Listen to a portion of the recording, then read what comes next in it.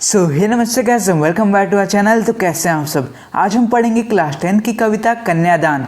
इस कविता के कवि हैं ऋतुराज। इस कविता में जितनी भी बातें कही जा रही है वो एक माँ अपनी बेटी से कह रही है जिसकी शादी हो रही है। और मैं आपको बता दूं कि इस वीडियो को डिस्क्रिप्शन बॉक्स में क्लास 10 हिंदी और इंग्लिश की प्लेलिस्ट अवेलेबल है, उसे भी आप एक्सेस कर सकते हैं। और वीडियो को एंड तक देखिएगा क्योंकि लास्ट में मैं इंपॉर्टेंट क्वेश्चन ही बताऊंगा जो बोर्ड्स में आ सकते हैं। कितना प्रामाणिक था उसका दुख लड़की को दान में देते वक्त, जैसे वही उसकी अंतिम पूंजी हो। लड़की अभी सयानी नहीं थी, अभी इतनी भोली सरल थी कि उसे दुख का आभास तो होता था लेकिन दुख बांटना नहीं आता था। पाठिका थी वह धुंधले प्रकाश की, कुछ तुकों और कुछ लयबद्ध पंक्तियों की।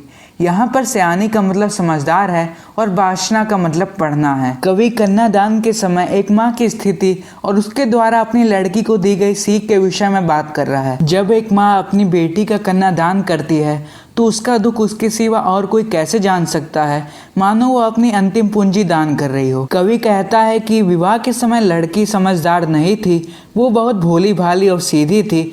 वो सुख तो जानती थी लेकिन दुख के बारे में उसे कुछ नहीं पता था, अभी वो सब कुछ सीख रही थी। कवि ने इसके लिए यहाँ धुंधले प्रकाश में पढ़ने वाली लड़की का बीम चुना है। इस लड़की को दुनियादारी की समझ अभी कम ही थी। माँ ने कहा, पानी में झांक कर अपने चेहरे पर मत रीझना, आग रोटियां सेकने के लिए हैं, जलने के लिए नहीं। वस्त्र और आभूषण शाब्दिक भ्रमों की तरह बंधन है स्त्री जीवन के। माँ ने कहा, लड़की होना पर लड़की जैसे दिखाई मत देना। कन्यादान करते समय माँ अपनी बेटी को सीख देते हुए कहती है, पानी में झांक कर अपनी खूबसूरती पर मत मुग्ध होना, अर्थात कहीं यह मत समझ बैठना कि तुम्हारा रूप सभी को बांध लेगा। जीवन की वास्तविकता कुछ और ही है। आग रोटियां सेकने के लिए होती है, आग जलने के लिए नहीं होती है या दूसरों द्वारा जलाने के लिए नहीं। आप लोग देखे होंगे कि दहेज के मामले में कई औरतें खुद जल कर मर गई या फिर ससुराल वालों ने औरतों को जला दिया। तो यही माँ उसे अपनी बेटी को सीख दे रही है। वह अपनी बेटी को समझाती है, वस्त्र आभूषणों का मोह स्त्री को भ्रमित करता है, ये स्त्री जीवन के लिए बाधक बन जाते हैं। वो कहती है कि वस्त्र और आभूषणों का कभी भी लालच मत करना, क्योंकि इस लालच में उलझकर स्त्री अपने अस्तित्व तक को भूल जाती है। माँ आगे कहती है कि लड़की बनकर तो रहना, पर लड़की जैसी दब्बू और कायर मत बनना, अपनी कोमलता को अपनी कमजोरी मत समझना। माँ का ये कहना है कि अगर तुम्हारे साथ कोई भी कुछ गलत करता है तो उसका विरोध करना, दब कर कभी भी मत रहना। और इसी के साथ ये पोएम खत्म होती है। इसके बाद हम लोग इंपॉर्टेंट क्वेश्चन करेंगे, लेकिन आप लोग प्लीज मेरी एक बात सुन लीजिए। गाइस, मुझे पता है कि ये चैप्टर आपको अच्छे से समझ आ गया होगा, लेकिन मैं आपको बस इतना कहना चाहता हूँ कि आप कभी भी फ्यूचर में दहेज मत लीजिएगा।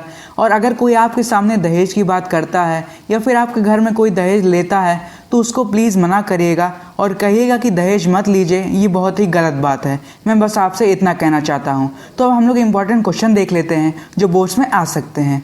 प्रश्न नंबर 1 है, कन्यादान कविता में माँ अपनी बेटी को क्या क्या सीख दे रही है। प्रश्न नंबर 2 है, कन्यादान कविता में माँ ने क्यों कहा, लड़की होना पर लड़की जैसी दिखाई मत देना। प्रश्न नंबर 3 है, कन्यादान कविता में वस्त्र और आभूषणों को स्त्री जीवन के बंधन क्यों कहा गया है। प्रश्न नंबर 4 है, कन्यादान कविता में माँ ने अपनी बेटी को अंतिम पूंजी क्यों कहा है। सो गाइस, ये थे कुछ इंपॉर्टेंट क्वेश्चन जो बोर्ड्स में कई बार आ चुके हैं। तो अगर आपको वीडियो पसंद आई हो तो वीडियो को लाइक कर दीजिए, नहीं पसंद आई हो तो डिसलाइक करिए और नीचे कमेंट करके बताइए कि आपको क्या नहीं अच्छा लगा, ताकि मैं अगली बार इंप्रूव कर सकूँ। और अगर आप मुझसे कुछ पूछना चाहते हैं तो वो भी कमेंट में पूछ सकते हैं। और चैनल को सब्सक्राइब करके बेल आइकन जरूर दबा दीजिएगा ताकि ऐसी यूजफुल वीडियो आपको मिलती रहे।